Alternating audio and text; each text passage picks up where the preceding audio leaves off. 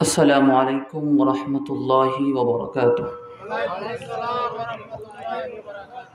الحمد لله الحمد لله نحمده ونستعينه ونستغفره ونعوذ بالله من شرور أنفسنا ومن سيئات أعمالنا. من يهدي الله فلا هادي له ومن يضلله فلا مضل له. ونشهد أن سيدنا وحبيبنا وغوثنا وسندنا ومعيننا ونور عيننا محمد قرة عيني بك يا رسول الله صلى الله تعالى عليه وسلم. اللهم متعني بالسمع والبصر وعلى آله وأصحابه وأهل بيته وعلماء سنته وعترته أجمعين. أما بعد فأعوذ بالله من الشيطان الرجيم. بسم الله الرحمن الرحيم. اهدنا الصراط المستقيم صراط الذين أنعمت عليهم غير المغضوب عليهم ولا الضالين.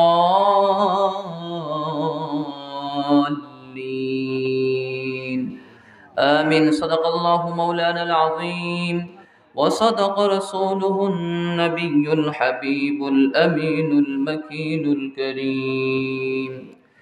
إن الله وملائكته يصلون على النبي يا أيها الذين آمنوا صلوا عليه وسلموا تسليما. اللهم صل على سيدنا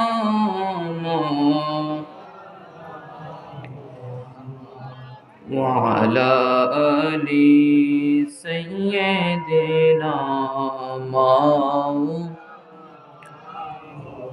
اللهم صل وسلم وبارك عليه. কোনো ধরনের ভূমিকা ছাড়াই আমি আলোচনা শুরু করব ইনশাআল্লাহ। প্রথমেই বলে নিই, অত্র মাহফিল যা গৌসুল আজম হযরত বরফিল আব্দুল কাদের জিলানী রাদিয়াল্লাহু তাআলা আনহু ওনার স্মরণে এই ইসলামিক সুন্নি মহাসম্মেলন 14তম বার্ষিকী সম্মেলন, আজকের মাহফিলের যিনি সভাপতি হিসেবে, যিনি আন্তর্জাতিক খ্যাতিসম্পন্ন আলেম, মুফাসসির কুরআন, মুহাদ্দিসে আজম, ইসলামী চিন্তাবিদ, পীরে কামেল, শাহ সুফি আলহাজ হজরত মৌলানা ডক্টর গাজী ওলিউল্লাহ আশরফি সাহেব দামাত বরকাতুহুমুল কুদসিয়া, তো যিনি সভাপতি উনি আমার বাবা, আমি ওনার ছেলে। তো এছাড়া আরও যারা এখানে সভাপতি, প্রধান আকর্ষণ, বিশেষ বক্তা, সবাইকে আন্তরিক শুভেচ্ছা। অন্যদিকে আমরা না গিয়ে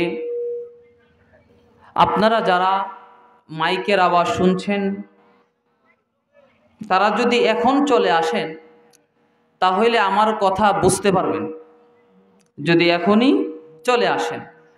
আর যদি কিছুক্ষণ পরে আসেন বুঝবেন না, কারণ আমি একজন শিক্ষক। আমার ওয়াজটা হবে ক্লাস, কিসের মতো? ক্লাসের মতো। অর্থাৎ কোনো সুর চলবে না, শুধু আপনাদের কি এমন কিছু গুরুত্বপূর্ণ কথা বলবো যেই কথাকে আপনি লালন পালন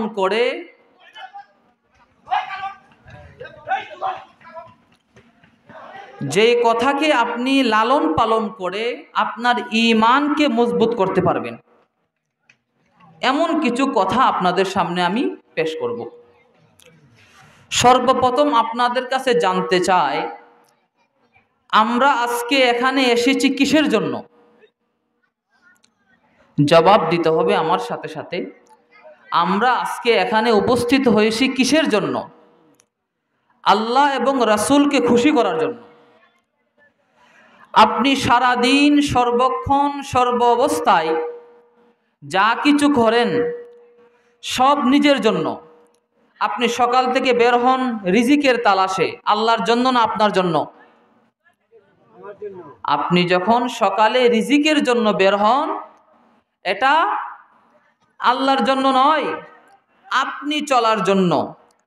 কিন্তু আজ এই মাহফিলে আপনি এসে বসেছেন আপনার পেট ভরার জন্য নয়। এই মাহফিলে এসে আপনি বসার প্রধান উদ্দেশ্য হলো আল্লাহ এবং তার রাসূলকে খুশি করার জন্য। এই জন্য আমরা বলি আলহামদুলিল্লাহ। আমি আপনাদের সামনে কিছু বিষয় পেশ করব যেগুলো অত্যন্ত প্রয়োজন। আপনাকে যদি আমি জিজ্ঞেস করি ঈমান আগে না ইবাদত আগে, আপনারা উত্তর দিতে হবে, কিন্তু শেষ পর্যন্ত এভাবে উত্তর দিয়ে যাইতে হবে। কারণ হলো এখান থেকে আপনি উঠে যখন বাড়িতে যাবেন, আবার সামনে এই আলোচনা শোনার আগ পর্যন্ত আপনার ঈমান যেন কেউ নড়াইতে না পারে, এই শক্ত হয়ে এখান থেকে উঠতে হবে আপনার। তা আমি আপনাদেরকে প্রশ্ন করলাম, ঈমান আগে না ইবাদত আগে? ঈমান আগে। আমরা যারা নবীজিকে বেশি ভালোবাসি, আমাদেরকে অনেকে বলে যে নামাজের খবর নাই, খালি নবী নবী করে। অনেকে দেখবেন এই কথা যদি নাও শুনে থাকেন, সামনে শুনতে পারেন। কি বললাম? যে শুধু নবী নবী করে, নামাজের খবর নাই, রোজার খবর নাই, শুধু কি করে? নবী নবী করে। আমি আপনাদেরকে প্রথমে জিজ্ঞেস করছি কি ঈমান আগে নাকি ইবাদত আগে? ঈমান আগে নাকি? এই কথা মাথায় রাখতে হবে। ঈমান আগে নাকি ইবাদত আগে? ঈমান আগে। এতটুকু যদি বুঝে যান আপনি, নামাজ কি ইবাদত না ঈমান? আপনারা বুঝে শুনে উত্তর দিয়েন। কিন্তু নামাজ ইবাদত নাকি ঈমান? রোজা ঈমান না ইবাদত? রাসূলের মহব্বত ঈমান নাকি ইবাদত? কথাটা বুঝে আসছে কিনা আপনাদের? রাসূলের মহব্বত ঈমান, আর রাসূলের উপরে ঈমান আনার পরে হইল আপনার ইবাদত নামাজ। কথাটা বুঝে আসছে আপনাদের? আমি এখনো হাদিস কোরআনে ঢুকি নাই। এটা হলো আপনাদেরকে ভূমিকা। ভূমিকা মানে কি? ওয়াজে ঢোকার আগে সাধারণ কিছু কথা বুঝানোর পরে কি শুরু হয়? মূল ওয়াজ শুরু হয়।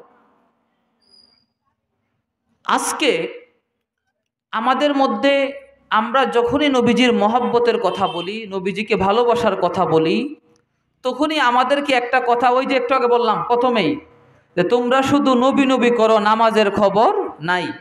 তা আপনাদের বিষয়টা ক্লিয়ার হয়েছে কিনা? নবীর ভালোবাসা ইবাদত নাকি ঈমান? এখন প্রশ্ন হলো, ইবাদত আগে না ঈমান আগে? ঈমান আগে। যদি আপনি এখন বুঝে যান ঈমান আগে ইবাদত পরে, এখন আপনি একটু কোরআন হাদিস দিয়ে বুঝেন। কি দিয়ে বুঝবেন? কোরআন হাদিস দিয়ে বুঝবেন। ইসলামে আমরা জানি নবী পাক সাল্লাল্লাহু আলাইহি সাল্লাম হায়াত পাইছে কয় দিন? আপনাদের জানা আছে? উত্তর কিন্তু দিতে হবে। কয় বছর? 63 বছর নবীজি হায়াত পাইছে। নবীজির হায়াত কি এমন যে নবীজি 63 বছর পরে একেবারে চলে গেছে এরকম না? এখনো আপন রওজাতে জিন্দা জিন্দা আছে। ওইটা পরে যাব, জিন্দা না মুর্দা ওইটা মাসালা পরে। আগে ওই বিষয়টা মাথায় রাখেন যে ঈমান আর ইবাদত, ঈমান আর, আওয়াজ দেন, ঈমান আর ইবাদত। কোনো চিৎকার হবে না ওয়াজে, কোনো চিৎকার। কোনো চিৎকার নাই, চেঁচামেচি নাই, শুধু এইভাবেই কথা বলে যাব। কথা কি বুঝে আসতেছে? আচ্ছা, সবগুলো উত্তর দিব আমরা। যেই উত্তর প্রশ্নগুলো আজকে আমাদের সামনে পেশ করতে, দেখেন আমাদের বিরোধী যারা লোকেরা, তারা যে বক্তাকে নিয়ে আসে, আমাদের বিরোধী, নাম বলার দরকার নাই, আমাদের বিরোধী কারা করে? কিছু মানুষ আমাদের বিরোধিতা করে, সুন্নিদের বিরোধিতা করে। তারা যে এই বক্তাদেরকে আনে, আলেমদেরকে আনে, তারা এমন এক ফর্মুলা আপনাকে বুঝাই দিয়ে যায়, আগামী 1 বছরে সে আসার আগ পর্যন্ত আপনি অন্য কোনো আলেমের ওয়াজ শুনলেও আপনি ওই জায়গা থেকে লড়বেন না। কিন্তু আমাদের সুন্নি আলেম যারা,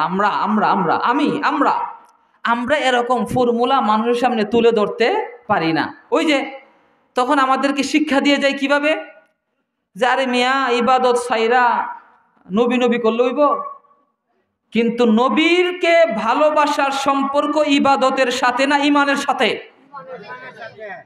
এখন তাকেই যদি আপনি প্রশ্ন করেন, আচ্ছা নবীর ভালোবাসা ইমান নাকি ইবাদত, তখন সেও বলবে ইমান, তখন সে কিন্তু আপনার কাছে ধরা খেয়ে যাবে। আচ্ছা, নবীজি হায়াত পাইছে কয়দিন?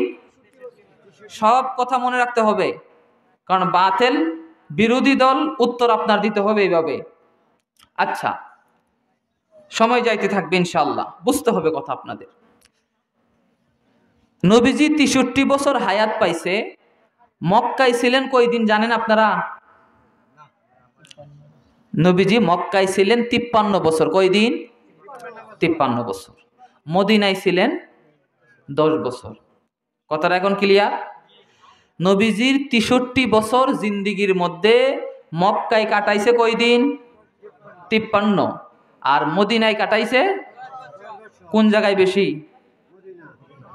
কোন জায়গায় বেশি? মক্কায় বেশি। কোথায় বেশি? মক্কায়। নবী পাক সাল্লাল্লাহু আলাইহি সাল্লামের ভালোবাসা কি? ঈমান। আর নামাজ কি? ইবাদত। ইসলামে নামাজ শুরু হয়েছে নবীজির কয় বছরের পর থেকে? আপনাদের জানা আছে কিনা? নবীজির 40 বছর যখন অতিক্রম হয়ে গেছে, তারপরে নামাজ আসছে। কথাটা বুঝছেন আমার? আবার বলি, নবীজির 63 বছর জিন্দিগি থেকে 40 বছর যখন চলে গেছে, তারপরে নবী কিসের হুকুম দিছে? এই 40 বছর কিসের দাওয়াত দিছে নবীজি?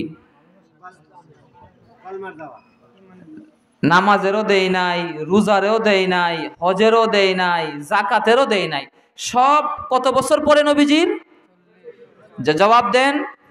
40 বছর পরে। 40 বছর বেশিরভাগ সময় নামাজের দাওয়াত দেন নাই, মাত্র 40 বছর দাওয়াত দিছে। বেশি সময় দাওয়াত দিছে কিসের? সেটা ছিল কি নামাজের? সেটা ছিল মহব্বতের দাওয়াত। সেটা কিসের দাওয়াত ছিল? নবীজির প্রতি ঈমান মহব্বত কিরকম হওয়া দরকার, এই দাওয়াত নবীজি 40 বছর দিয়েছেন। সুবহানাল্লাহ।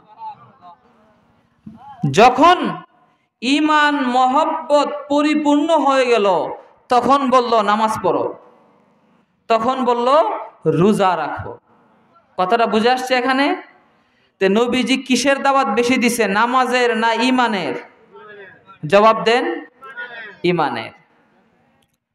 এখন প্রশ্ন হলো, কোন মানুষ বলে মক্কায় যাওয়ার পরে মদিনায় যাওয়ার দরকার, এটা বলে কি না?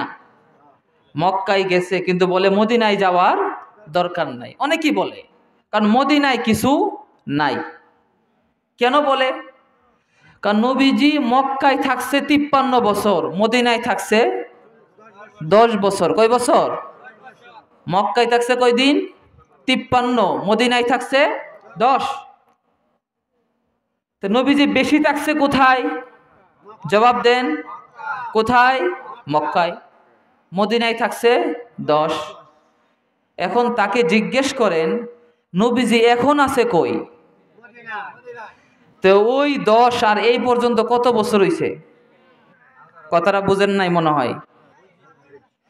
যদি 53 বছর মক্কায় থাকার কারণে মক্কায় যায়া বলে মদিনা যাওয়ার দরকার নাই। কথাটা বুঝিয়েন। বলবে যে মক্কায় যান, মদিনায় গিয়া কি আছে, মক্কাই তো সব। মক্কার দিকে ফিরে নামাজ পড়ি, মক্কাতে আরাফার ময়দান যেখানে দোয়া কবুল হয়, সব কোথায়? আবার নবীজি থাকছেও বেশি কোথায়? মক্কায়। 53 বছর। আর নবীজির শেষের 10 বছর কোথায়? ওই শেষের 10 বছর। আর এখন চলতেছে 1446 বছর। 1456 বছর ধরে নবীজি কোথায় শুয়ে আছেন? যদি 53 বছর মক্কায় বেশি থাকার কারণে যদি মক্কায় বেশি যাওয়ার প্রয়োজন হয়, 1456 বছর ধরে যেই মদিনায় নবী শুয়ে আছে, ওই জায়গায় কয়বার যাওয়া দরকার? এখন কি মদিনায়, এখন তো বলবেন আপনারা যে এখন তো আগে মদিনা যাওয়া দরকার। এখন কি বলতে হবে? এদের যুক্তি অনুযায়ী, আমাদের না।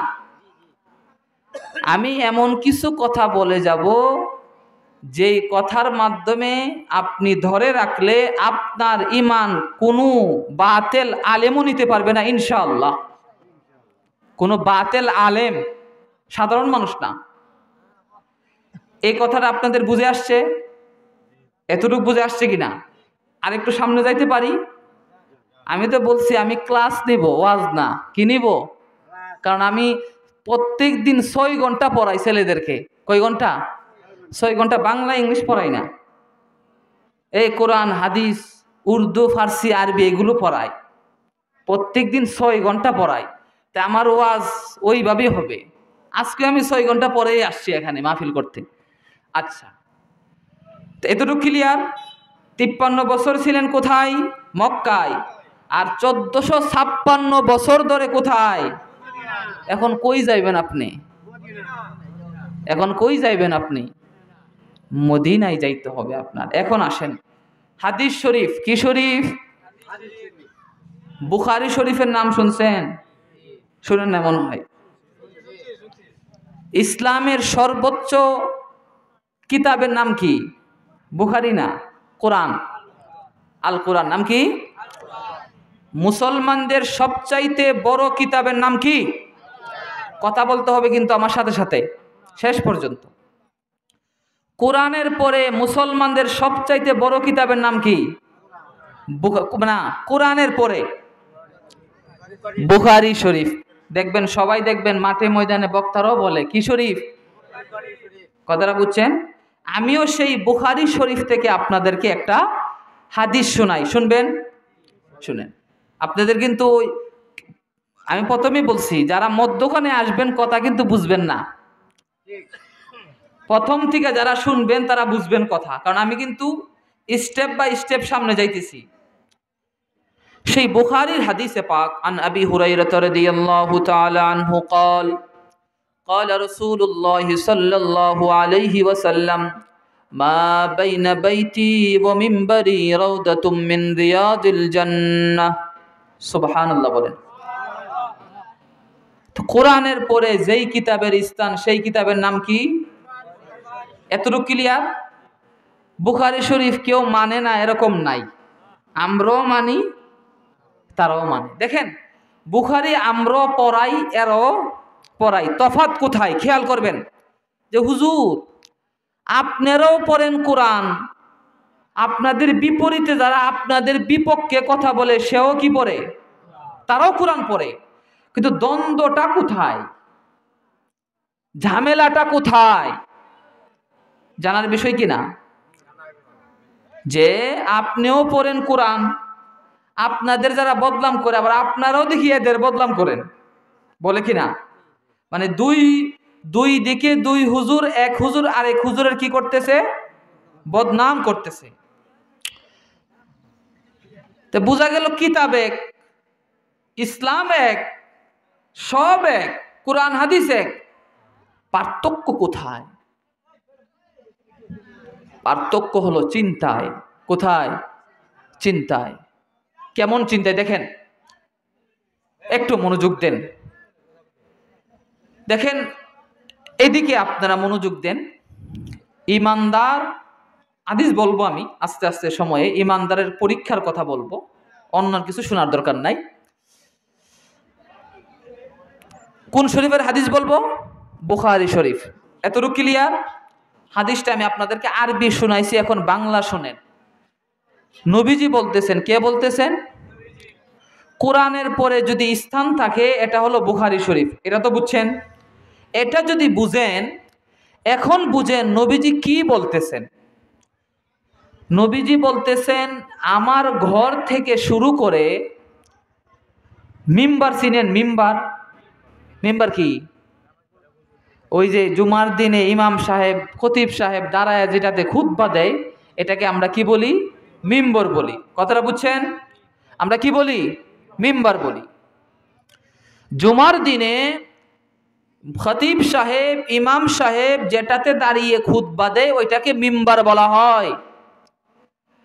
নবী পাক সাল্লাল্লাহু আলাইহি ওয়াসাল্লামের একটা মিম্বার ছিল। তো নবীজি বলতেছে, আমার ঘর থেকে শুরু করে আমার মসজিদের মিম্বার যেটা আছে, এটার মধ্যখানের জায়গাটা জান্নাত।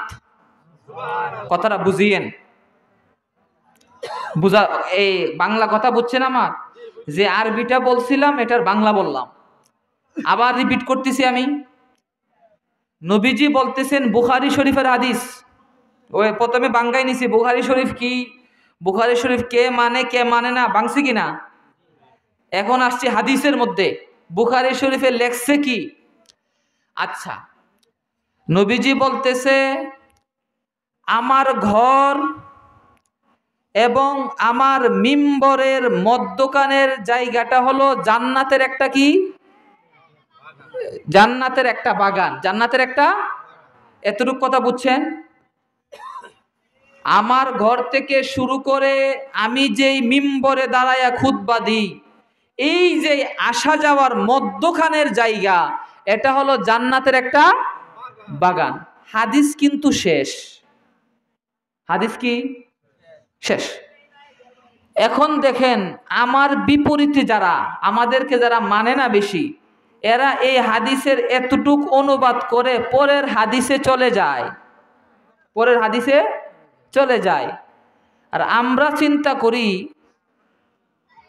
আচ্ছা নবীজি যদি হঠাৎ করে বলে আমার ঘর থেকে মসজিদের মধ্যখানের জায়গা জান্নাত, আর কোনো জায়গা তো বলে নাই। নবীজি মক্কা থেকে মদিনায় হেঁটে হেঁটে অনেক জায়গায় হাঁটছে কিনা? ওই জায়গাগুলোকে নবীজি বলছে জান্নাতের বাগান। তে এই জায়গাকে কেন বলল?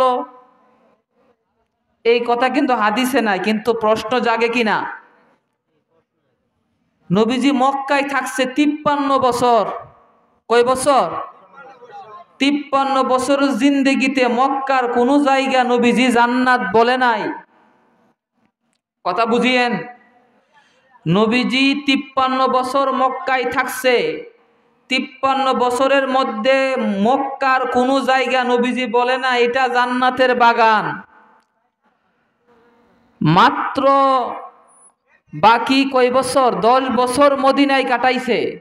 10 বছরের মধ্যে এই যে জায়গাটা কোনটা?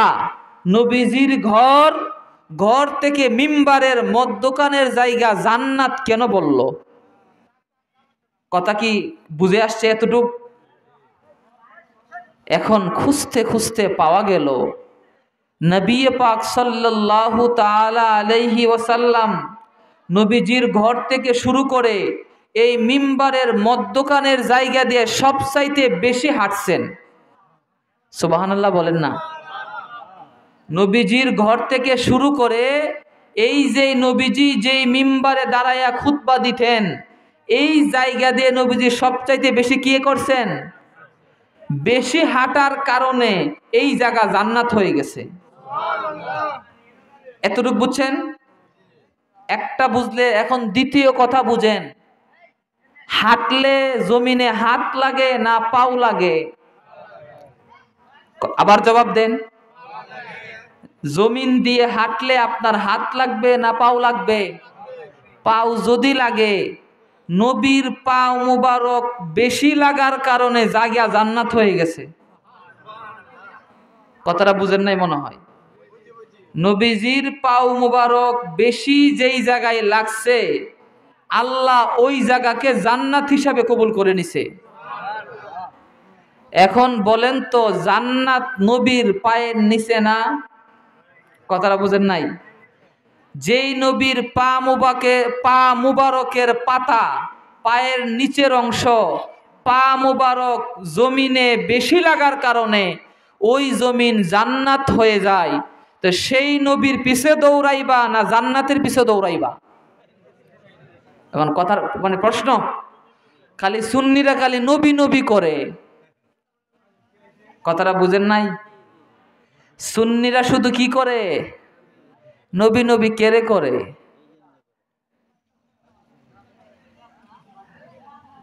নামাজ বেহেস্তের চাবি আমরা সবাই জানি, হুজুররা ওয়াজ করে না? আর সেই জান্নাত কার কদমের নিচে? রাসূলের কদমের নিচে। এখন আসেন, এতটুকু বুঝছেন নি কথা? আমি বলছি যারা দূর থেকে শুনবে এরা বুঝবে না ওয়াজ। প্যান্ডেলে আইসা প্রথম থেকে বুঝে বুঝে সামনে যাইতে হবে। এটা এরকম না হঠাৎ আইলাম মাহফিলে বুঝ জ্বালাইছি সব, না। এটা ধীরে ধীরে যাব ক্লাস। এখন আসেন, নবী পাক সাল্লাল্লাহু আলাইহি ওয়াসাল্লামের পা মুবারক হাতও না, কি মুবারক? দেখেন আরেকটা কথা, জান্নাত কি পবিত্র জায়গা না অপবিত্র? জান্নাতের চাইতে পবিত্র কোনো জায়গা আছে? কারণ জান্নাতে গেলে কিন্তু প্রস্রাব পায়খানা আপনার কিছুই লাগতো না, আর কিছু নাই জান্নাতে। কারণ অর্থাৎ জান্নাতে কোনো অপবিত্র কিছু নাই। আমরা দেখবেন যারা নবীর ভালোবাসি বেশি নবীজিকে, আমরা নবীজির প্রত্যেকটা জিনিসের লগে মুবারক বলি। নবীজির পা মুবারক, নবীজির হাত মুবারক, নবীজির চুল মুবারক, না? আচ্ছা, মুবারক মানে বরকতপূর্ণ। কি পূর্ণ? নবীজির হাত মুবারক কতটুক বরকতপূর্ণ ওইটা তো আরো উপরের ব্যাপার। নবীজির পা মুবারক, বুঝেন, নবীজির পা মুবারক যেই জায়গায় বেশি লাগছে ওই জায়গা জান্নাত হয়ে যায়। নবীজির হাত মুবারকের দাম কত, মাথা মুবারকের দাম কত, চুল মুবারকের দাম কত, থুতু মুবারকের দাম কত, থুতু মুবারকের দাম কত? তো এখন আমরা যদি নবীজিকে প্রত্যেকটা অঙ্গের সাথে মুবারক বলি, শিরিক বেদাত হবে? তেরা জানে বলে যে সুন্নিরা খালি মুবারক, হাত মুবারক, পা মুবারক, চুল মুবারক বলে। আমার প্রশ্নের জবাব বুঝছেন কিনা? আমি কিন্তু প্রশ্নও করতেছি আবার জবাবও দিচ্ছি। কারণ কি, আপনি যদি এখন এইগুলো শুনে কোনো বাতেলের ওয়াজও শুনেন, দেখবেন আপনার ঈমান লড়াইতে পারবে না। কারণ কি, আপনি প্রশ্নও জানেন, তার জবাব উত্তরও জানেন। এখন আসেন, মক্কায় এমন কোন জায়গা নবীজি জান্নাত বলে নাই, নাই, হাদিসে পাকে নাই। কারণ মক্কায় থাকছে 53 বছর। মক্কায় থাকছে কি 53 বছর। মক্কায় থেকে নবীজি কোন জায়গাকে জান্নাত বলে নাই, কোন জায়গাকে জান্নাত। মাত্র 10 বছর মদিনায় থেকে জান্নাত বলে দিছে এক জায়গাকে। তো নবীজি কোনটাকে বেশি ভালোবাসছে, মক্কাকে না মদিনাকে? নবীজি কোনটাকে বেশি ভালোবাসছে? মদিনা শরীফকে। আচ্ছা, তা আমরা বুঝতে পারলাম হাদিসটা কোন কিতাবের হাদিস? মাশাআল্লাহ, হাদিসটা বুখারী শরীফের হাদিস। সেই হাদিস থেকে আমরা বুঝলাম যে নবীজির পা মুবারক যেখানে লাগছে ওই জায়গা কি হয়ে গেছে? জান্নাতের বাগান হয়ে গেছে। এখন আপনাদেরকে যদি প্রশ্ন করি, জান্নাতের পিছে দৌড়াবেন না নবীর পিছে দৌড়াবেন?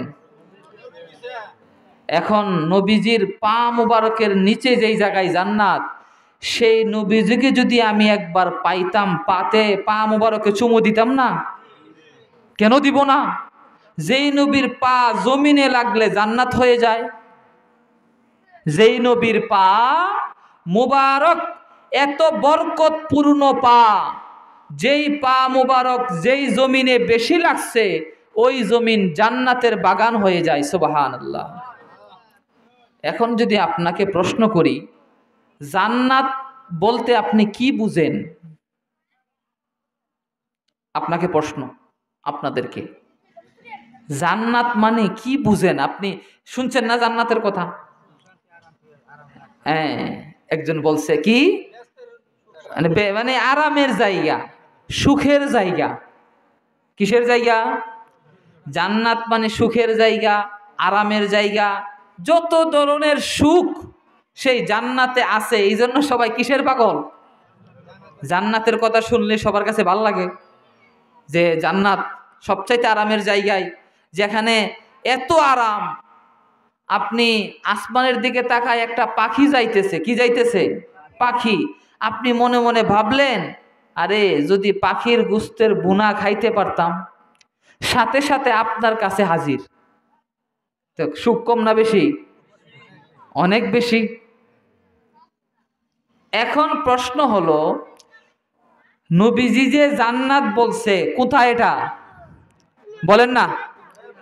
নবীজি যে জান্নাত বলছে সেই জায়গাটা কোথায়? মদিনা। আচ্ছা, মদিনা শরীফে নবীজি যেই জায়গা জান্নাত বলছে, ওই জায়গা কি কোনো আরাম আছে? বুঝেন কথাটা না? আপনারা বুঝে উত্তর দিবেন। নবীজি মদিনা শরীফের যেই জায়গাকে বলছে কি এটা জান্নাতের বাগান, ওই জায়গা কি জান্নাতের কোনো সুখ আছে? না। যে সুখের কথা আপনি বলছেন কোনটা? খাবার দাবার, ঘুমানো, এমন সুখ আছে ওই জায়গায়?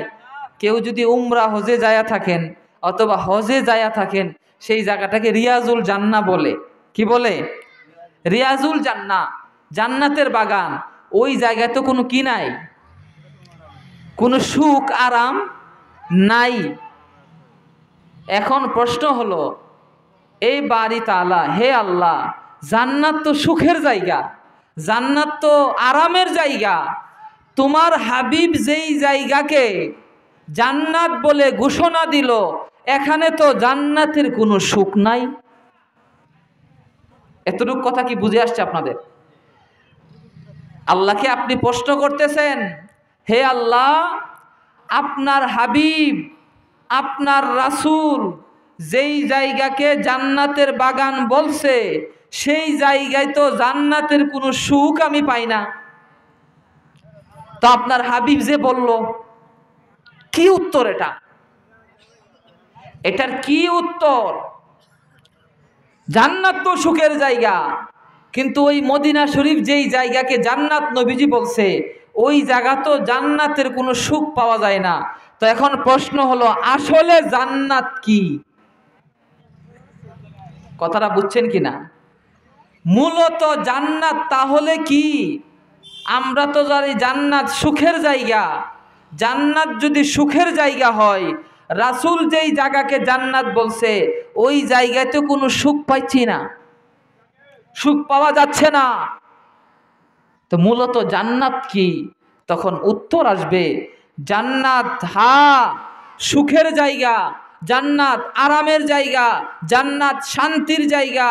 ওই জায়গায় কোনো কষ্ট নাই, কিন্তু তুমি সেই শান্তি, সেই সুখ, সেই আরাম তখনই পাইবা যখন তুমি আমার হাবিবের কদম লেগে, যেই জায়গা জান্নাত হইছে, সেই হাবিবের কদমে নিজেকে কুরবানি করে দিবা। কথাটা বুঝে আসছে এখন? তুমি সেই সুখ পাইবা কখন? যখন তুমি ওই হাবিবের পিছে দৌড়াইবা, যে হাবিবের পায়ের কদম লাগলে জমিন জান্নাত হয়ে যায়। তুমি যখন সেই হাবিবের কদম, সেই হাবিবের ভালোবাসায় নিজেকে কুরবান করতে পারবা, তখনই তুমি মূলত জান্নাতের সেই আসল সুখ খুঁজে পাবা। সুবহানাল্লাহি ওয়া বিহামদি। আপনাদের মনোযোগ জয়জনই থাকেন, কোনো সমস্যা নাই। কথা হলো প্যান্ডেলের ভিতরে জয়জন থাকবেন, কিছু নিয়ে যাইতে হবে, খালি হাতে যাইতে পারবেন না। তে এই পর্যন্ত যে আলোচনা করলাম, আপনারা কি কিছু পাইছেন? আবার বলেন। মানে যেই আলোচনা আমি এতক্ষণ করছি, মাত্র একটা হাদিস বলছি, এক লাইনের, কয় লাইন? এই একটা হাদিসের আলোচনা আমি শেষ করলাম এখানে, যে জান্নাত মূলত কি আর জান্নাত মূলত আছে কোথায়, সেটা কোন কিতাবে আছে? এখন যদি আপনাকে কেউ বলে এত নবী নবী করো, জান্নাত হইল বেহেস্তের চাবি, আগে এই নামাজ হইল বেহেস্তের চাবি, আগে না নামাজ পড়বা, তখন আপনি কি আর ঘাবড়াবেন? আপনি কি নিজের ভিতরে আয় হায় কথা তো ঠিক, এই নামাজ না পড়লে কি, এখন নামাজ কি পড়া লাগবে না? নিশ্চয় নামাজ পড়া লাগবে, কিন্তু নামাজের দোহাই দিয়া নবীর ভালোবাসা কমায় ফেলতেছে। মূলত সমস্যাটা কোথায়? নামাজের দোহাই দিয়া বলতেছে নবী নবী নবী কালি করো, নামাজ পড়ো না। তে কথাটা কি হইল? কথাটা কি ইমানের কথা না বেঈমানের কথা? কারণ নবীর ভালোবাসার সম্পর্ক কিসের সাথে? ইমানের সাথে। আর নামাজের সম্পর্ক ইবাদতের সাথে। আর জান্নাত আছে কোথায়? নামাজে না নবীর কদমে? তো নবীর কদম আগে ধরব, তারপরে পড়ব নামাজ। কথাটা বুঝে আসছেন? নামাজের বিপক্ষে আমরা নয়। আমরা কোন নামাজ পড়ব? যেই নামাজ রাসূলের কদম থেকে আসছে, যেই নামাজের কথা আপনাকে শোনায়া শোনায়া লোভ দেখায়, নামাজ বেহেশতের চাবি, নামাজ পড়লে বেহেশতে দইরা ঢুকে যাবা, আর সেই বেহেশত আমার নবীর পায়ের কদমে। সেই বেহেশত কোথায়? আমার নবীর পায়ের কদমের নিচে। এখন আপনি যখন নবীকে ভালোবেসে নবীর প্রতি আপনার পরিপূর্ণ মহব্বত ঈমান পরিপূর্ণ করে যখন নামাজ ধরবেন, ওই নামাজ আপনাকে কোথায় নিয়ে যাবে? সেই সুখ আরামের জায়গায় নিয়ে যাবে। সুবহানাল্লাহ। নবী পাক সাল্লাল্লাহু আলাইহি ওয়াসাল্লামের ভালোবাসা, এটা তো হাদিস থেকে নবীজির মর্যাদা বললাম। কি বললাম?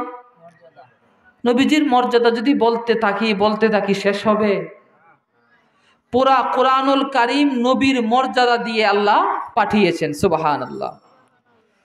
কোরআনকে যদি প্রশ্ন করি, কাকে প্রশ্ন করব? কোরআন। কোরআন কার বাণী? জুড়ে বলেন না একটু। কোরআন কার বাণী? আল্লাহ আপনার কাছে পয়রা শোনাইছে? কথাটা বুঝিয়েন। আল্লাহ যদি কোরআন পড়ে শোনাই, আল্লাহর মুখ লাগবে না? আল্লাহর কি মুখ আছে? না। আল্লাহ মুখ থেকে পাক। আল্লাহর কি নাই? আল্লাহর আকার নাই, আমরা জানি না? তো মুখ থাকলে তো কি আইসা পড়বো? আকার আইসা পড়বো না? কথাটা উত্তর বুঝে শুনে দিয়েন, কিন্তু 2 বার করব, 3 বার প্রশ্ন করব, উত্তর বুঝে শুনে দিতে হবে। কোরআন আল্লাহ পয়রা শুনাইছে? শোনাই নাই। কোরআন পয়রা শোনাইছে কে? আমার রাসূল। তো কথাটা কেমনে বলতে হবে? কোরআন কার বাণী? জবান কার? রাসূলের। জবান আল্লাহর না? বুঝে শুনে আবার বলি, কোরআন কার বাণী আর জবান কার? আমার রাসূলের। আবার বলি, কোরআন কার বাণী? মুখ দিয়া বের হইছে কার মুখ? আমার রাসূলের জবান। কারণ আল্লাহ যদি মুখ কোন, আল্লাহর আকার হয়ে যাব না? আপনি তো ইসলাম থেকে বের হয়ে যাবেন। এখন ক্লিয়ার কথাটা? এখন যদি এতটুকু ক্লিয়ার হয়, কোরআন যদি আল্লাহর বাণী হয়, আর জবান যদি রাসূলের হয়, আল্লাহ আল্লাহর বাণী, আল্লাহর কালাম, আল্লাহর কোরআনকে কার মাধ্যমে মানুষকে শোনাইতেছে? রাসূলের মাধ্যমে। কার মাধ্যমে? তো সেই যে আল্লাহর বাণী কোরআন সবচাইতে দামি কিনা, সেই কোরআন আল্লাহ নিজে প্রকাশ না করে আমার রাসূলের মাধ্যমে প্রকাশ করতেছে। কারণ কি?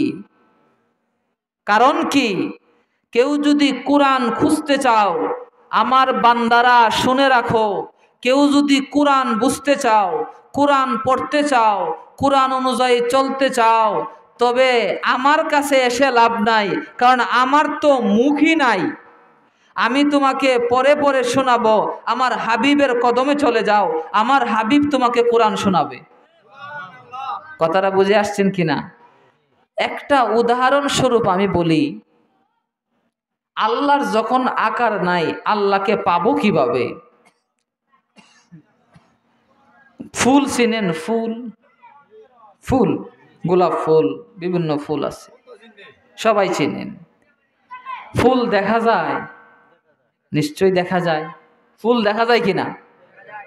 ফুলের ঘ্রাণ, কথাটা বুঝিয়েন।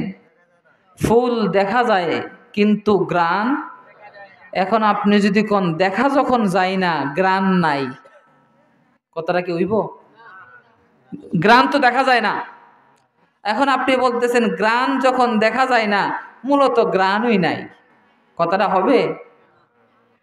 আমার রাসূলের সাথে খোদার সম্পর্ক এরকম যে আমার রাসূল দেখা যায়, আমার রাসূলের কাছে গেলে খোদার ঘ্রাণ পাওয়া যায়। কথা বুঝেন নাই? আমার রাসূল দেখা যায়, আর আমার রাসূলের কাছে গেলে খোদার সেই বাণী, খোদাকে ঘ্রাণ, খোদা যে আছে এটা বোঝা যায়। তে খোদা পাওয়া যায় কোথায়? আমার রাসূলের কাছে। কোথায় পাওয়া যায়? কথা বুঝে আসছে এতটুকু? এখন আসেন, আমার রাসূল কোরআন কাদেরকে শোনাইছে? সাহাবায়ে কেরাম। কাদেরকে? সাহাবায়ে কেরামদেরকে শোনাইছে। সাহাবায়ে কেরামকে আমার রাসূল কোরআন শোনাইছে। সাহাবীরা কি ফেরেশতা না জিন না মানুষ? এখন বুঝে নেন কথা। নবীজিকে যারা ঈমান অবস্থায় দেখছে, ঈমানের সাথে দুনিয়া থেকে চলে গেছে, তাদেরকে কি বলা হয়? আবার জোরে বলেন, তাদেরকে কি বলা হয়? সাহাবী। নবীজিকে যারা ঈমান অবস্থায় দেখেছেন, ঈমানের সাথে দুনিয়া থেকে চলে গেছেন, এদেরকে কি বলা হয়? সাহাবী বলা হয়। নবীজি যাদের সামনে আসছেন, যারা নবীজিকে ঈমানের সাথে দেখেছেন, তাদেরকে কি বলা হয়? সাহাবী বলা হয়। এখন প্রশ্ন হলো, সাহাবীদের মর্যাদা কতটুকু আপনারা জানেন? একটু বুঝে নেন, তখন আপনি নবীর শান, নবীর মহব্বত কিরকম হওয়া বুঝতে পারবেন। তখন বাতিলের প্রশ্ন যখন আপনি শুনবেন, তখন আপনি কোনো তোয়াক্কা করবেন না। কিরকম? সাহাবী নবীজিকে দেখছে, ঈমানের সাথে, বিশ্বাসের সাথে, মহব্বতের সাথে, সেই মহব্বত নিয়ে দুনিয়া থেকে চলে গেছে, তাকে কি বলা হয়? তাকে সাহাবী। ওই সাহাবী যে নবীজিকে দেখছে, তার মর্যাদা কত হইছে জানেন? নবীর পরে যাদের স্থান, তারা হলো সাহাবী। সুবহানাল্লাহ। এখন সাহাবীকে আমি প্রশ্ন করলাম, এই সাহাবী, আপনারা এত বড় মর্যাদা কেমনে পাইলেন? আপনারা তো নবীও না, আপনারা তো কোনো রাসূলও না, আপনারা তো কোনো ফেরেশতাও না, তা আপনাদের অবস্থান এত বড় কেন? কত বড়? প্রশ্ন কত বড়? তখন সাহাবীরাই বলবে, নবীর পরেই আমাদের স্থান। কার পরে? নবীর পরে। সাহাবী উত্তর দিবে, নবীর পরে আমাদের স্থান কেমনে হইছে শোনো। সাহাবীকে প্রশ্ন করলাম, হে সাহাবী, নামাজ পড়ে? সাহাবী বলবে না। রোজা রেখে? বলবে না। কেন? কারণ আমরা তো বেশিরভাগ সময় রোজা নামাজ ছাড়াই ছিলাম। কারণ আমাদের উপরে তো রোজা নামাজের হুকুম আসছে 40 বছর পরে। বেশি কি রোজা পড়তে পারছে? বেশি নামাজ পড়তে পারছে? এখন সাহাবী বলবে, আমি যখন সাহাবীকে জিজ্ঞেস করব, এই সাহাবী আপনার মর্যাদা এত বেশি, কত বেশি, নবীর পরেই আপনার স্থান কেন? তখন সাহাবী বলবে, আমি সাহাবীকে জিজ্ঞেস করব, এই সাহাবী আপনি কি নামাজ পড়ে এই মর্যাদা পাইছেন? রোজা রেখে, হজ কইরা, যাকাত দিয়া? তখন সাহাবী বলবে, শোনো, নামাজ পড়েও মর্যাদা পাই নাই, রোজা রেখেও মর্যাদা পাই নাই, হজ করে যাকাত দিয়ে শরীয়তের কোনো আমল করে আমি এই মর্যাদা পাই নাই, তো কিভাবে পেয়েছেন? তখন সাহাবী বলবো, নবীর গোলামি করে। কি করে? নবীজির গোলামি করে আমি কি পেয়েছি? এই স্থান পেয়েছি। কোন স্থান? নবীর পরে আমাদের স্থান হয়ে গেছে। সুবহানাল্লাহ। এবং নবীজি যাদেরকে জান্নাতের সুসংবাদ দুনিয়াতে থাকা অবস্থায় দিয়ে দিয়েছেন, তারা কারা? তারা সাহাবীরা। তো সাহাবী জান্নাতে থাইকা, এই দুনিয়াতে থাইকা জান্নাতের সুসংবাদ পাইছে নামাজ পড়ে নাকি নবীর মহব্বত করে? কি করে? নবীর মহব্বত করে। একজন সাহাবীর কথা আমরা সবাই জানি, নাম হলো হযরতে আবু বকর সিদ্দিক রাদিয়াল্লাহু আনহু। নাম শুনছেন? ইসলামের প্রথম খলিফা। নাম কি? হযরতে আবু বকর সিদ্দিক রাদিয়াল্লাহু তাআলা আনহু। হযরতে আবু বকর সিদ্দিক রাদিয়াল্লাহু তাআলা আনহু নবীর কি?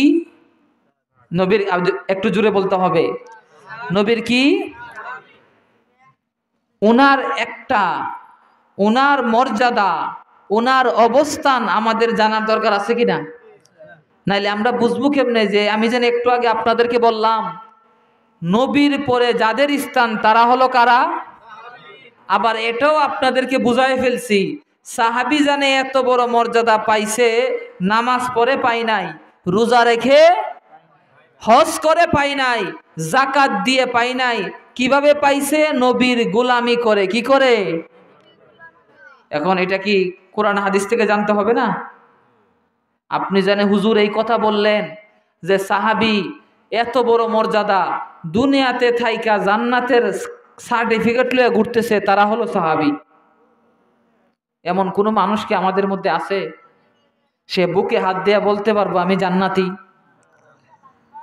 সাহাবীরা ওই মর্যাদা পেয়েছে, দুনিয়াতে থাকা অবস্থায় জান্নাতের সার্টিফিকেট নিয়ে হাঁটতেছে। আবার এই জায়গায় আমি বললাম এই মর্যাদা নামাজ পড়ে পাই নাই, রোজা রেখে পাই নাই, হজ করে। এখন বললাম কি করে পেয়েছেন? এই প্রশ্নটা এখন কাকে করতে হইব? সাহাবীকে করতে হবে। কাকে করতে হবে? এই সাহাবী রাসূল, হে আবু বকর সিদ্দিক রাদিয়াল্লাহু তাআলা আনহু, আপনি যে দুনিয়াতে থাকা অবস্থায় জান্নাতের সুসংবাদ পাইছেন, কিভাবে পেয়েছেন? এবং নবীর পরে আপনাদের অবস্থান, আপনাদের মর্যাদা কিভাবে লাভ করেছেন? কথা ক্লিয়ার এতটুক পর্যন্ত? এতটুক পর্যন্ত যদি আপনারা বুঝে যান, এখন আমি হযরতে একজন সাহাবী, নবীজির লক্ষ সাহাবী ছিল, সুবহানাল্লাহ, নবীজির লক্ষ সাহাবী ছিল, তাদের মধ্যে একজনের কথা, হযরতে আবু বকর সিদ্দিক রাদিয়াল্লাহু আনহু, যিনি এখনো নবীজির পাশে আরাম করতেছেন। সুবহানাল্লাহ বলেন। যিনি এখনো কোথায় আরাম করতেছেন? মদিনা শরীফের মধ্যে নবীজির পাশে যিনি আরাম করতেছেন। সুবহানাল্লাহ। হযরতে আবু বকর সিদ্দিক রাদিয়াল্লাহু তাআলা আনহু। উনাকে প্রশ্ন করলাম, এই সাহাবী আপনি এত বড় মর্যাদা পাইলেন কিভাবে? তখন উনি দেখেন অনেকগুলো ঘটনার মধ্যে অনেক ঘটনা উনাকে নিয়ে। কিছু ঘটনা আমরা জানি, কিছু জানি না। কিন্তু শিক্ষা কি আমাদের বুঝার বিষয় কি? হযরতে আবু বকর সিদ্দিক রাদিয়াল্লাহু আনহু কি নামাজ পড়ে নাই? পড়ছে। কিন্তু উনি কি নামাজকে এক নম্বরে রাখছে নাকি নবীর ভালোবাসাকে এক নম্বরে রাখছে?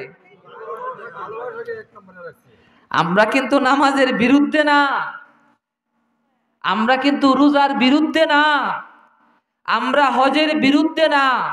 আমাদের কথা হলো আমার রাসূল হলো ঈমান, আর বাকি নামাজ রোজা হজ যাকাত হলো ইবাদত।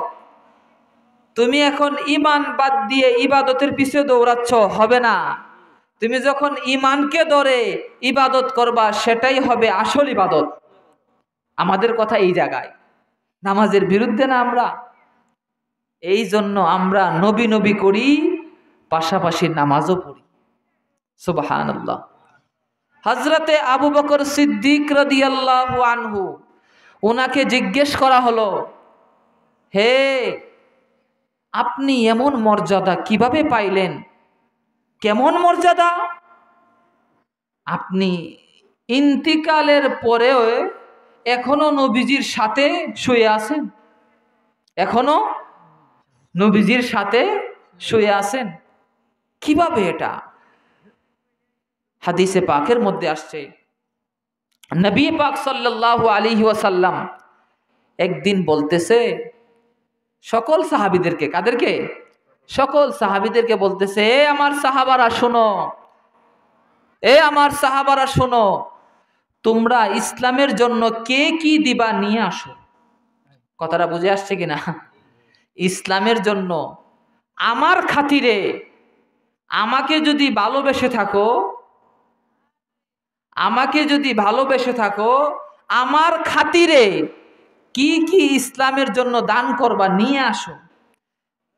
ইসলামের দ্বিতীয় খলিফার নাম কি? হযরতে উমরে ফারুক রাদিয়াল্লাহু আনহু। মনোযোগ এখানে দেন। নাম কি? হযরতে উমর ফারুক রাদিয়াল্লাহু তাআলা আনহু। উনি মনে মনে ভাবতেছে, এটা হাদিস শরীফ, এটা হযরতে আবু বকর সিদ্দিক রাদিয়াল্লাহু আনহু সবসময় নবীজির কাছে প্রেমের পরিচয়, প্রেমের পরীক্ষায় এক নম্বর হয়ে যায়।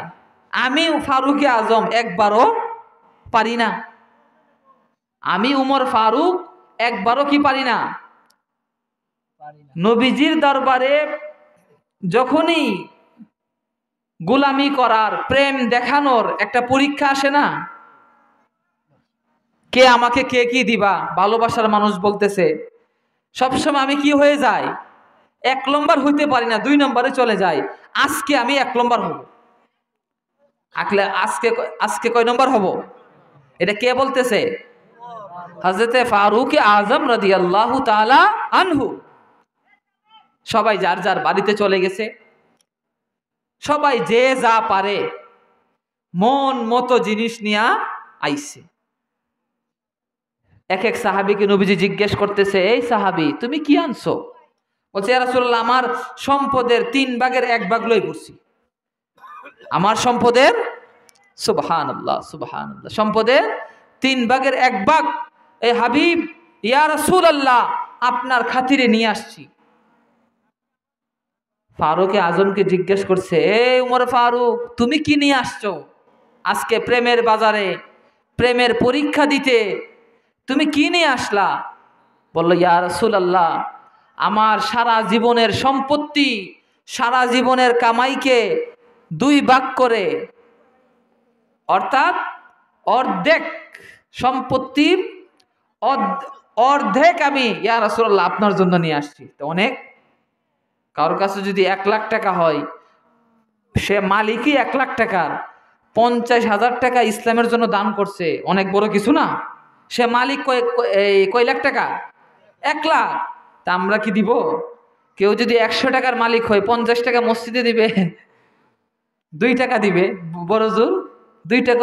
আমার আছে 100 টাকা, আবার 2 টাকা দিলাইলে তো শেষ, খালি কমা শুরু। হযরতে ফারুক আজম রাদিয়াল্লাহু তাআলা আনহু তার সম্পত্তির অর্ধেক কি করলো? দিয়ে দিল। ওনার তো মনে মনে আজকে আশা যে সব সময় হযরতে আবু বকর সিদ্দিক 1 নম্বর হয়, আজকে আমি 1 নম্বর হব। শেষ। কাকে জিজ্ঞেস করবে এখন? হযরতে আবু বকর সিদ্দিককে জিজ্ঞেস করে, বলেন সুবহানাল্লাহ।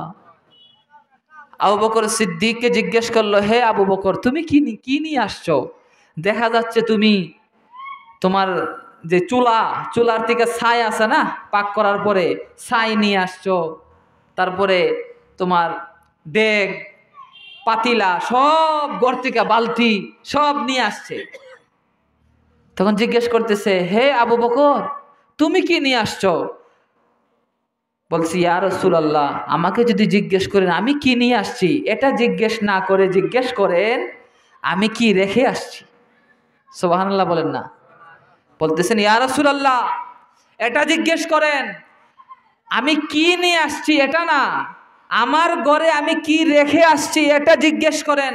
বলছে, আচ্ছা তোমার মতই তুমি জবাব দাও, ঘরে কি রেখে আসছো? বলতেছে, ইয়া রাসূলুল্লাহ, আমি আমার ঘরে আল্লাহ এবং রাসূলকে রেখে আসছি। আমি আমার ঘরে কাকে রেখে আসছি? আল্লাহ এবং তার রাসূলকে রেখে আসছি, আর সব কিছু নিয়ে আসছি আপনার কদমে ইয়া রাসূলুল্লাহ। অর্থাৎ আমি আমার সব কিছু দিয়ে আল্লাহ এবং তার রাসূলকে পেতে চাই। দেখেন, এখন প্রশ্ন হলো, দেখেন প্রেম আছে না, কাউকে যখন কেউ ভালোবাসে দেখবেন অতিরিক্ত করে। কি করে? 10 টাকার জায়গায় 20 টাকার জিনিস দেয়, 20 টাকার জায়গায়, কথাটা বুঝেন নাই? আপনি আপনার ছেলেদেরকে বেশি ভালোবাসেন না? আপনি আপনার ছেলেকে, মেয়েকে, ভাইকে বেশি ভালোবাসেন। এখন আপনি আপনার জন্য যদি 500 টাকা দিয়ে জামা কিনেন, ছেলের জন্য কি 100 টাকাতে কিনবেন? নিশ্চয় আরো বেশি। কেন? প্রশ্ন কেন? কারণ হলো আপনার ছেলেকে আপনি বেশি ভালোবাসেন। তা আমার বোঝানোর বিষয় হলো, আপনি যাকে বেশি ভালোবাসেন তার জন্য আপনি অতিরিক্ত করেন। কি করেন? মানে আপনার জন্য যদি 1 ভাগ ভাবেন, তার জন্য আরেকটু বেশি ভাবেন। এখন যদি আপনাকে বলে, এই তোর লাগে কিন্তু 500 টাকা জামা, তোর ফুতের লাগে কি 1000 টাকা কিনো লাগবো, 100 টাকা কিনালা, তখন তোর ফুত তো ছোট মানুষ, তোমার ছেলে তো ছোট মানুষ, কিন্তু বাপের মন মানবে? বলবে না, আমার ছেলেকে আমি একটু বেশি করে দিব। কারণ কি? বাপ তার ছেলেকে ভালোবাসে, বাপ তার ছেলেকে ভালোবাসে। এখন প্রশ্ন হলো, নবীকে ভালোবেসে যদি আমরা কিছু করি, আমাদেরকে দেখবেন বেদাত শিরিকের ফতোয়া দিয়ে কি করে ফেলে, সব ডিসমিস করে ফেলে। আমি একটা আপনাদের সামাজিক উদাহরণ দিলাম আর কি।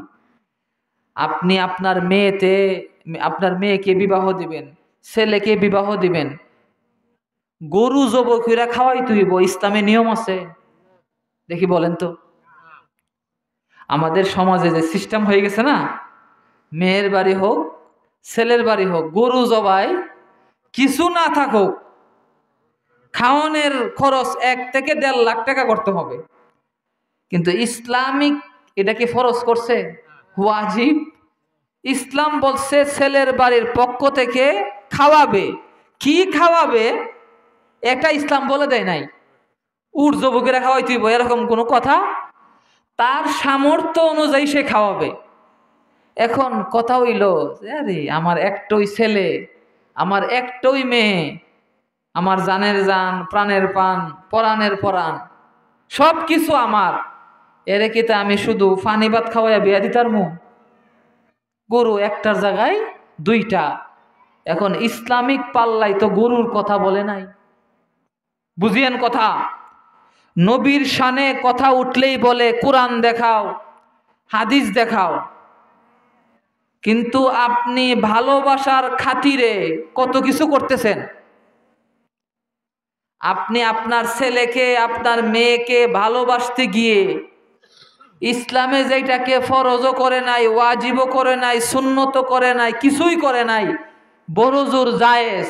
বড়জোর কি? জায়েজ কাজ করলেও কিছু নাই, না করলেও কিছু নাই। যেমন আপনাদেরকে আমি যদি প্রশ্ন করি, পেট ভরে ভাত খাওয়া কি সুন্নত? না না না, হারাম না। পেট বইরা গরুর গোস্ত, খাসির গোস্ত দিয়া ভাত খাইছেন, এটা কি কি কি হইছে? ফতোয়া আপনাদেরকে জিজ্ঞেস করা হয়, জায়েজ, সেটা কি?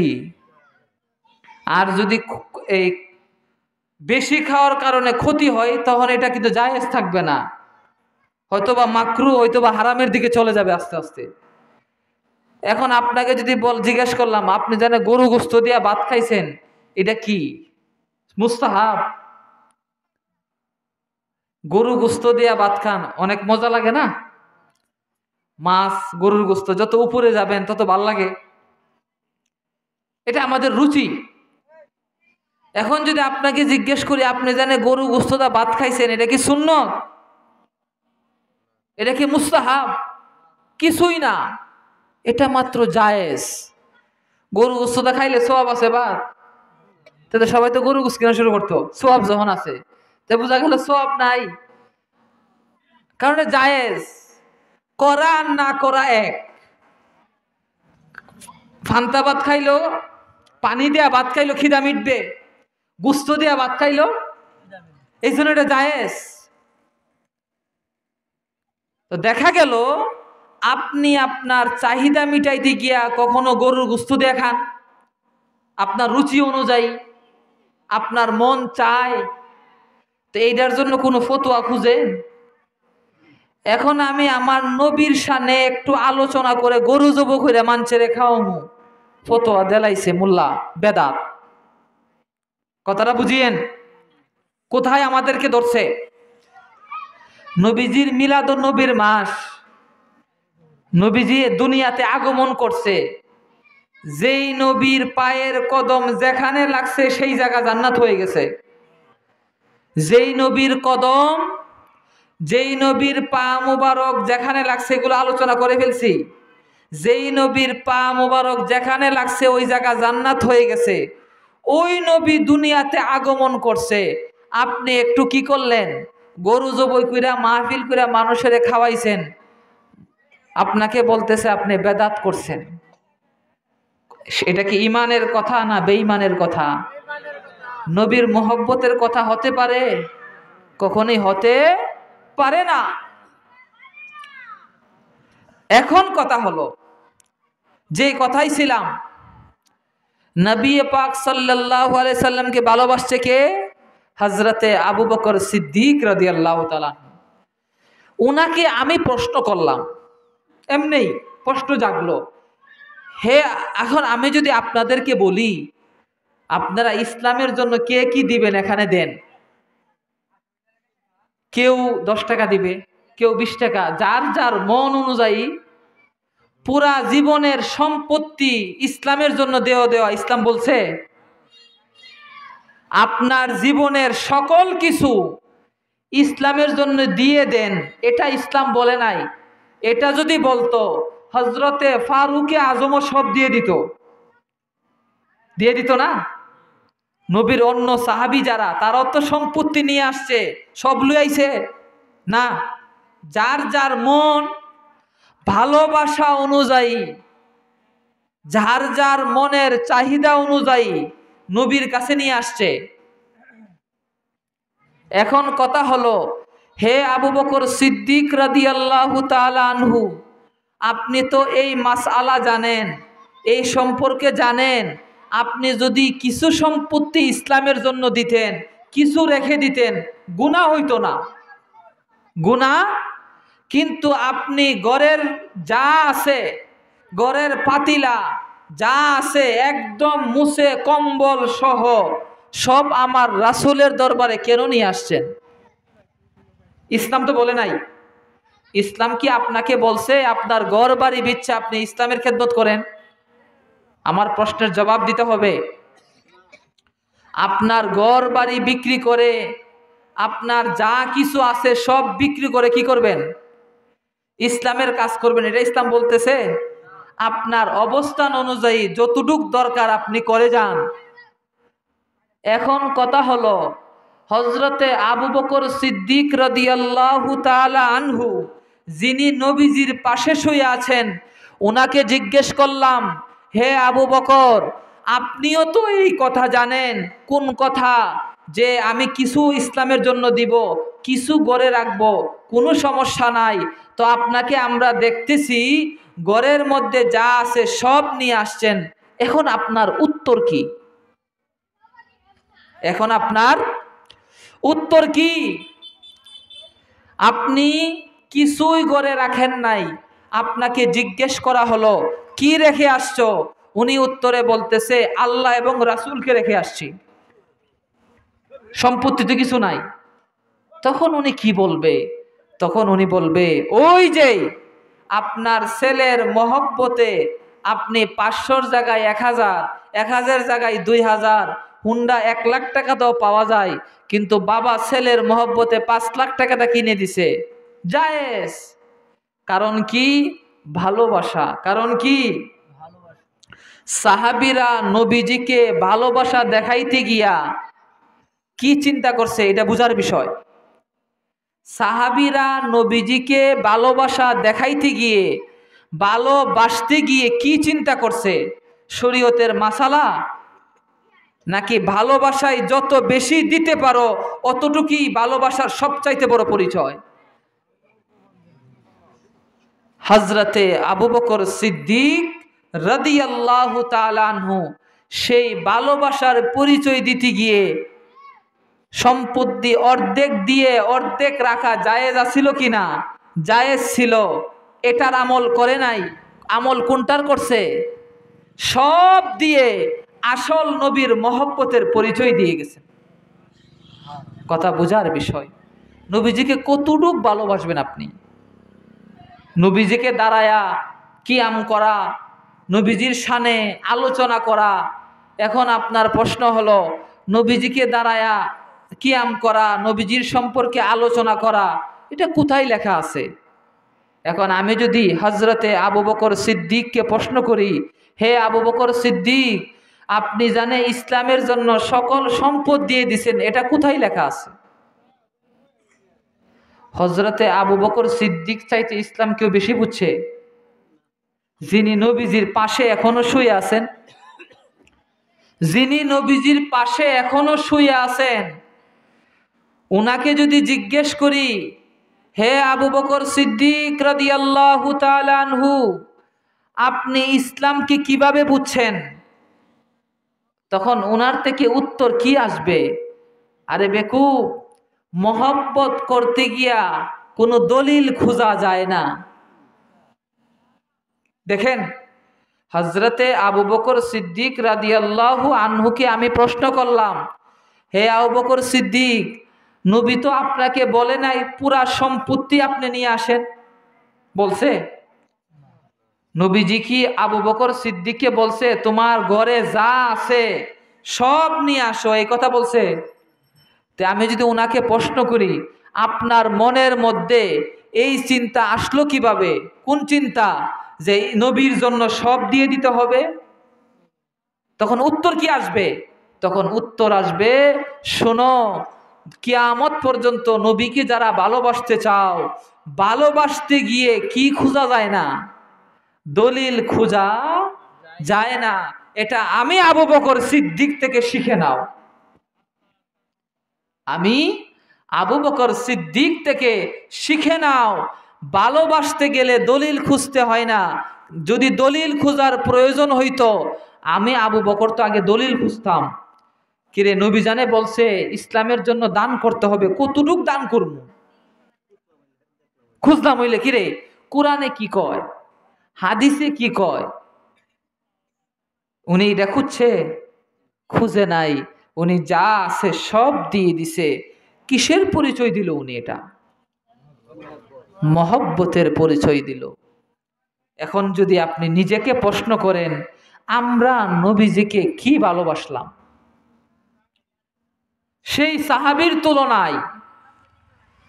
সেই আবু বকর সিদ্দিক রাদিয়াল্লাহু তাআলা আনহুর তুলনায় নবীজিকে আমরা কি ভালোবাসলাম। আমরা যদি ওনার সামনে দাঁড়াই, আমাদের ভালোবাসার কোনো দাম থাকবে?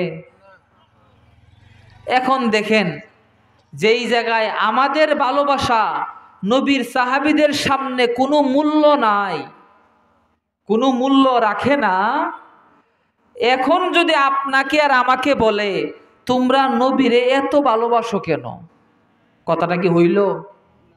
কথাটা বোঝার বিষয়। যদি আমাদেরকে বলে যে তোমরা নবীকে এত খেরে ভালোবাসো,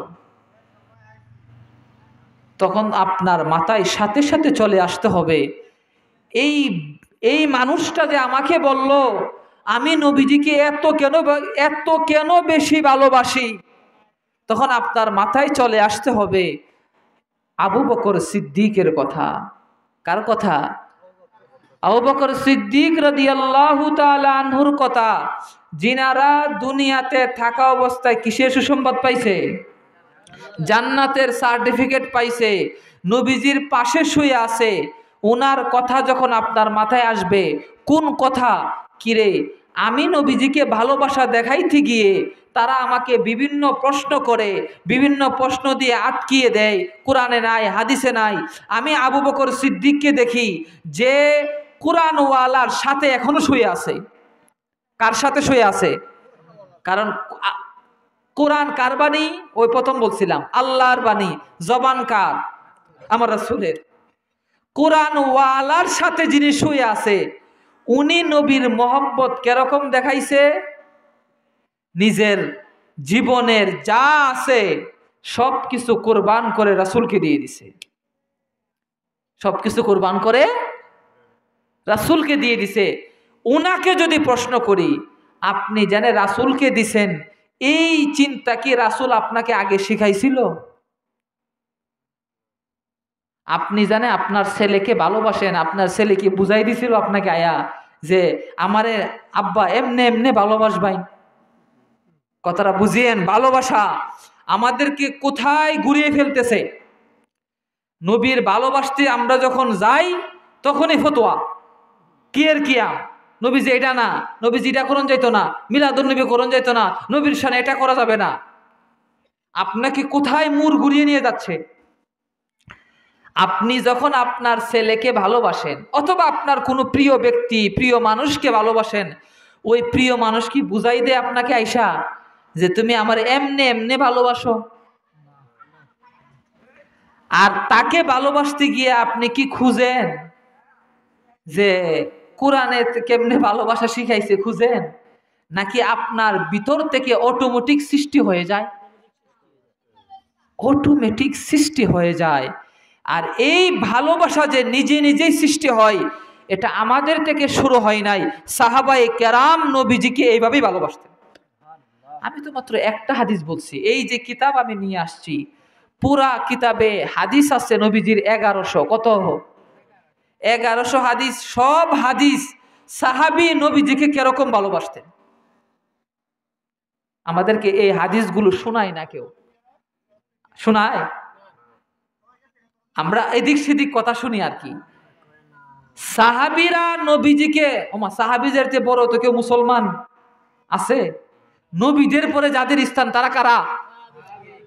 জয়জনই থাকেন, কোনো সমস্যা নাই। 5 জন, একজনও যদি ইমানদার সঠিক থাকে আল্লাহর দরবারে সেই কি? সেই কবুল হবে। কিন্তু কথা বুঝে যাইতে হবে, আপনার মধ্যে ইমানি এমন শক্তি আসতে হবে, আপনি যদি কোনো বাতেল মৌলানার আলেমের ওয়াজও শুনেন, আপনি আপনার নবীর মহব্বত থেকে লড়বেন না।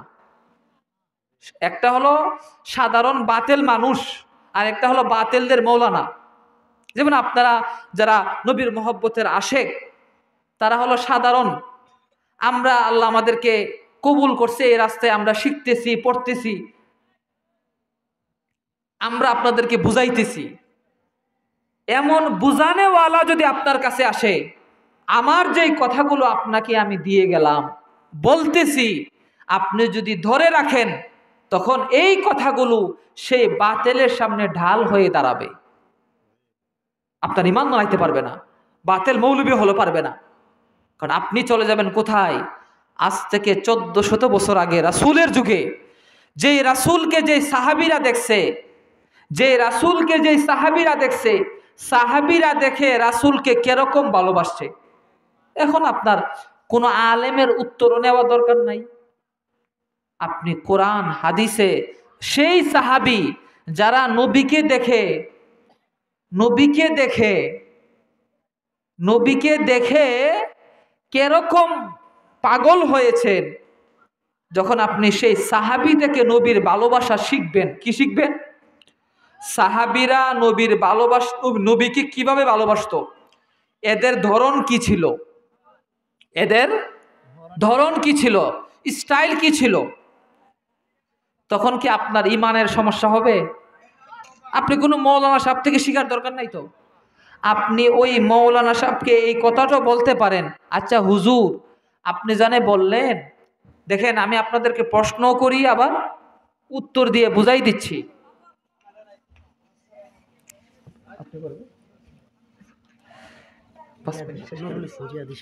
আচ্ছা ঠিক আছে, আসো। আচ্ছা আচ্ছা আচ্ছা, তো আমার কথা বুঝে আসছে কিনা? অনেক প্রায় 1.5 ঘন্টার কাছাকাছি আমি আলোচনা করে ফেলছি। আপনারা যেই কথাটা মূল কথা কি, এতগুলো কথা আমরা আপনারা নবীজিকে যে ভালোবাসি, অনেকগুলো পয়েন্ট আমি লিখে আনছি, এগুলো বললে কমপক্ষে 4-5 ঘন্টা লাগবে। শুধু আমি নবীর ভালোবাসার কয়টা বেশি কাহিনী বলছি, একটা কাহিনী আর একটা হাদিস বলছি। একটা হাদিস কি, হাদিস মাথায় রাখবেন। দেখবেন কিছু কিছু আলেম আপনাকে বলবে যে নামাজ পড়ো নামাজ পড়ো, নবী নবী এত করো কেরে, তখন আপনার মাথায় এই হাদিস চলে আসতে হবে, বুখারীর সেই হাদিস। নবীজি বলছে আমার ঘর আমার মিম্বারের মধ্যখানের জায়গা জান্নাতের বাগান। এখন হুজুর এই হাদিসটা শুধু আমাকে শুনাইছে, আমার ঘর আর মিম্বারের মধ্যখানের জায়গা জান্নাতের বাগান, হাদিসের মানে কি? নবীজির কদম ওই জায়গায় বেশি লাগার কারণে জান্নাত হয়ে গেছে। এখন আপনি যেই নামাজ পড়ে জান্নাত পাবেন, সেই জান্নাত নবীর পায়ের নিচে। এখন আপনি সেই নামাজের পিছনে দৌড়াবেন আগে নাকি নবীর কদমের পিছনে আগে? এখন নবীর কদম আগে ধরি, তারপরে নামাজ পড়ি। এই কথা যদি আপনার মধ্যে থাকে, আপনাকে যদি কোনো আলেম বলে মদিনা যাওয়ার দরকার নাই, আপনি হাসবেন নাকি তাকে ধরবেন? তুই কি কস? মক্কায় আছে হজ, হজ হইল ইবাদত, হজ করলে জান্নাত দিবে, হাদিসে আসছে। আর ওই জান্নাত নবীর কদমে মদিনাতে আছে,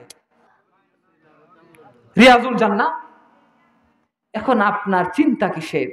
তারপরে নবীজিকে কেমন ভালোবাসবেন? হযরতে সিদ্দিক আকবরের সেই কাহিনী বললাম। অর্ধেক দিতে পারতো, কোনো সমস্যা নাই, সব দিয়ে দিল। সিদ্দিকে আকবরকে জিজ্ঞেস করলাম, হে আবু বকর সিদ্দিক, নবীর প্রেমে পুরা জীবন কুরবানি করতে হবে, নবী তো তোমাকে কখনো বলে নাই নবীর প্রেমে ঘরের সব দিয়ে দিতে হবে, এই কথা নবীজি বলে নাই, এই চিন্তা তোমার মধ্যে কিভাবে আসলো? তখন উনি বলবে মহব্বতের চিন্তা এভাবেই আসে।